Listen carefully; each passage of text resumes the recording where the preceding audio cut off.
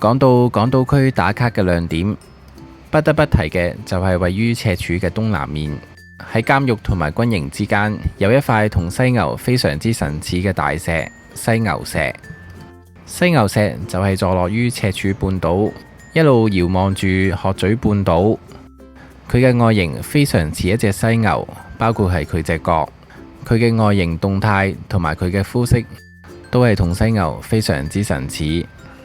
所以呢一塊犀牛石亦都吸引咗大批嘅行山朋友，專程行過嚟呢度同佢打卡影相。上到山上邊，亦都能夠遠眺大潭灣嘅壯麗美景，實在值得一遊。要探望呢塊犀牛石，路程非常簡短，但係略帶一點危險性。請大家跟住我一齊出發啦！大家好，我係 David， 今日要探望犀牛石，我哋就可以喺西灣河站嘅 A 出口。對出呢就會有巴士站，可以搭14號城巴直接坐到去總站赤柱炮台，車費9個4。搭車嘅途中建議大家可以上層，可以欣賞到大潭水塘嘅美景。車程都幾遙遠，我哋上到山上邊赤柱炮台呢一度落車。落車之後呢，我哋就往山上邊行，上邊呢就係一個軍營嚟嘅，所以我哋要小心一啲啦。行近少少呢，可能會被軍營入邊嘅人喝止。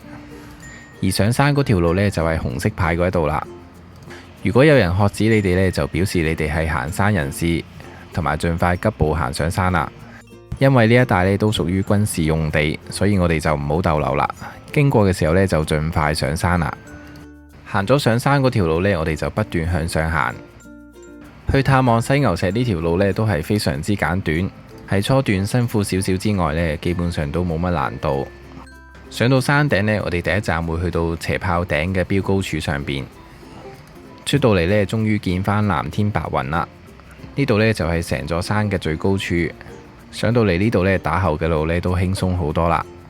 上到嚟斜炮頂呢度呢，都冇乜難度，但係之後嘅路呢，就有啲含糊不清啦。咁大家就可以跟住我一齊行啦。喺標高處轉右有一條綁咗絲帶嘅路。點解開頭呢會話呢條路有少少嘅危險性呢？因為呢條路呢都比較少人行，所以有少少爆林嘅感覺，好容易迷路。我哋要用呢啲絲帶嘅標記嚟提示我哋嘅方向。嗱，行到呢度呢，我哋就可以望到赤柱監獄。大家第一站呢，可以先影住呢一嚿石頭先，再行落幾級，望到成個完整嘅赤柱監獄之後呢，我哋就轉右行。因為犀牛石呢喺我哋偏右嘅位置，所以盡量右邊有路行呢都行右邊。好啦，我哋再穿過呢一個叢林，行到去前邊呢就會有一堆大石。第二點，我哋就可以認住呢一堆嘅大石。高山上面望落下低有一個荒島叫做螺洲，我哋大概要行到去可以直望螺洲嘅位置。嗰度就係犀牛石所在嘅位置。穿過呢堆岩石，亦都可以揾到條綁咗色帶嘅樹枝。跟住呢，我哋就要不斷落山，落到去山嘅中間位置。話呢度危險嘅第二個原因呢，就係要不斷落山，亦都有好多嘅碎石，好容易失足，所以我哋要靠兩隻手捉住側邊嘅植物。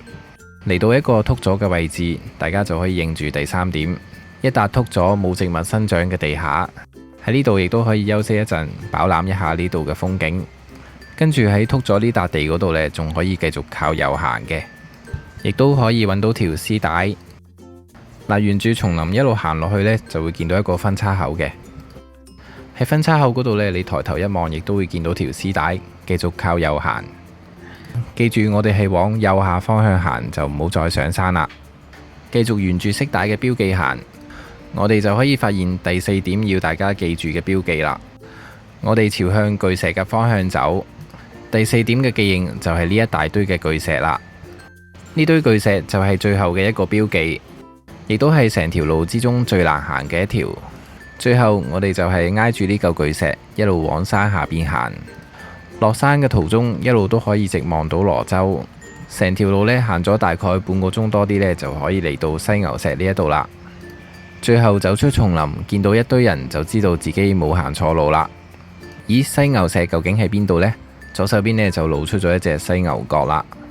原來就喺呢一度。等我哋即刻行埋去朝聖一下先。哇，真係十足一隻犀牛一樣啊！無論係佢嘅膚色、佢嘅角同埋佢嘅形態，都係好似一隻犀牛，神似到咁，唔怪得所有行山嘅人士都因為佢慕名而嚟。通常嚟得呢度嘅行山人士呢，都一定會爬上去犀牛角上邊影相。影相還影相，再次提醒返大家一定要注意安全，因為呢度失足跌落去呢，都真係幾危險。影呢嚿犀牛石呢，佢就只有呢個方位呢，就最似一隻犀牛。影相嘅技巧上邊呢，我哋就要低少少，影埋個嘴，同埋要靠雜草呢遮住後半身，感覺上就好似只突出一隻犀牛頭出嚟一樣。同埋有啲人呢，就中意影埋個赤柱監獄嘅角度，點樣去就自由發揮啦。咁呢度除咗有犀牛石之外呢，周圍嘅風景呢都係非常之靚嘅。呢度直望出去呢，就係鶴咀半島，都係非常清新空曠嘅地方。今日介紹嘅打卡景點犀牛石就去到呢一度啦。咁希望大家都會中意呢一條影片，中意嘅話呢，就可以俾個 like 同埋訂閱我嘅 channel，同埋記得將條片分享俾你中意郊遊嘅朋友。